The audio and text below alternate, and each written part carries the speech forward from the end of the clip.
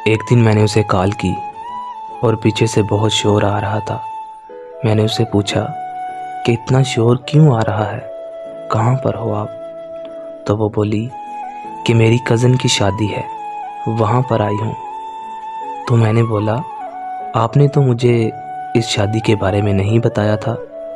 तो वो कहने लगी कि सॉरी, मैं भूल गई थी। मैंने बोला, चलो कोई बात नहीं। उसने मुझे एक लहंगे की तस्वीर भी भेजी थी और बोल रही थी कि मुझे हमारी शादी पर ऐसा ही लहंगा चाहिए। मैंने बोला, ठीक है, ले दूँगा। फिर मैंने उसे वीडियो कॉल का बोला तो उसने मना कर दिया, लेकिन मेरे ज़्यादा कहने पर उसने कॉल कर ही ली। मैंने देखा कि उसने बहुत प्यारी मेहंदी लगाई है, जैसे दुल्हन को लगाते हैं। काफ़ी प्यारी लग रही थी। मैंने उसकी तारीफ़ की और फिर उसने कॉल बंद कर दी। मैंने कुछ देर के बाद उसके नंबर पर मैसेज किया, लेकिन कोई जवाब ना आया।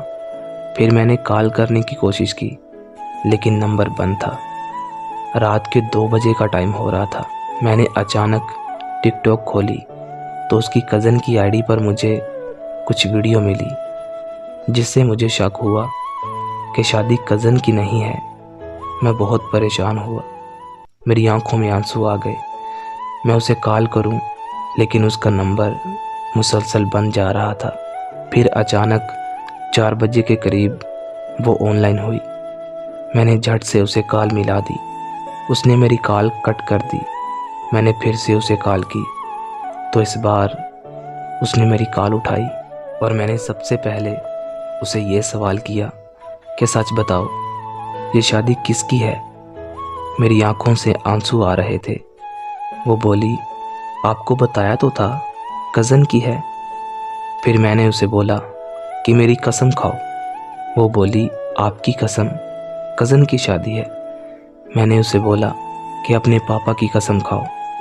तो फिर उसने सच बता ही दिया कि हाँ, ये मेरी ही शादी है। मैंने तुमको इसलिए नहीं बताया क्योंकि तुम मुझसे बहुत मोहब्बत करते हो, और अगर मैं ये सब आपको बताती तो आपसे बर्दाश्त नहीं था होना। उसकी ये बात सुन के मैं बस रोए जा रहा था। मुझे समझ नहीं आ रहा था कि आखिर ये सब सुन के मैं ज़िंदा कैसे हूँ। मेरा दिल कर रहा था कि मैं ख़ुद को अभी और इसी वक्त ख़त्म कर लूँ। मैं आज भी उसे बहुत मोहब्बत करता हूँ। आज भी मैं उसकी और उसके शौहर की तस्वीर देखकर दुखी हो जाता हूँ और मेरी आंखों में आंसू आ जाते हैं कि आखिर मुझ में क्या कमी थी, वो मेरी क्यों नहीं हो पाई।